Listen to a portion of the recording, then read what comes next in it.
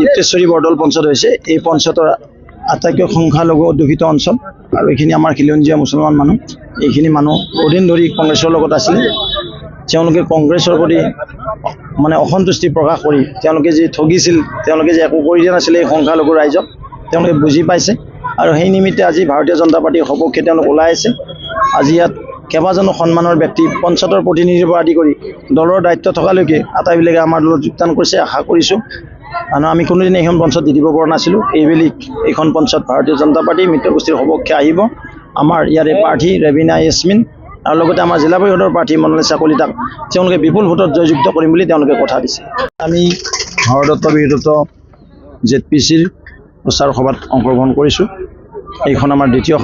প্ৰধান সভা আমাৰ ইতিমধ্যে কমাৰগাঁও চক কামাখ্যা মন্দিৰ দেৱালয় প্ৰাংগণত এক বিশাল নিৰ্বাচনী সভা হৈ গ'ল দ্বিতীয়খন সভাটো পৰম শ্ৰদ্ধাৰ আই মাতৃসকল এই গাঁৱৰ সন্মানৰ ব্যক্তিসকল ওলাই আহিছে সকলোৰ মনত এটাই কথা অহা যি 7 তাৰিখে পঞ্চায়ত নিৰ্বাচন হ'ব এই নিৰ্বাচনত ভাৰতীয় জনতা পাৰ্টিৰ প্ৰাৰ্থীসকলক ভোট দিয়াৰ কাৰণে ৰাইজ হিলদল ভাঙি ওলাই আহিছে মই তেওঁলোকক ধন্যবাদ জনাইছোঁ আৰু লগতে ইয়াত যিটো এইখন বৰদল জিপি আছিলে আগত এই জিপিখনত সংখ্যালঘু ৰাইজ আছিল আৰু কেইবাগৰাকী সংখ্যালঘু নেতাই আমাৰ দলত যোগদান কৰিছে মই বিশ্বাস ৰাখিছোঁ আশা কৰিছোঁ তেওঁলোকৰ যোগদানে এই পঞ্চায়ত এই জিলা পৰিষদৰ আৰু অধিক শক্তিশালী ৰূপত লৈ যাব কোন দলৰ তেওঁলোক ADF আছিলে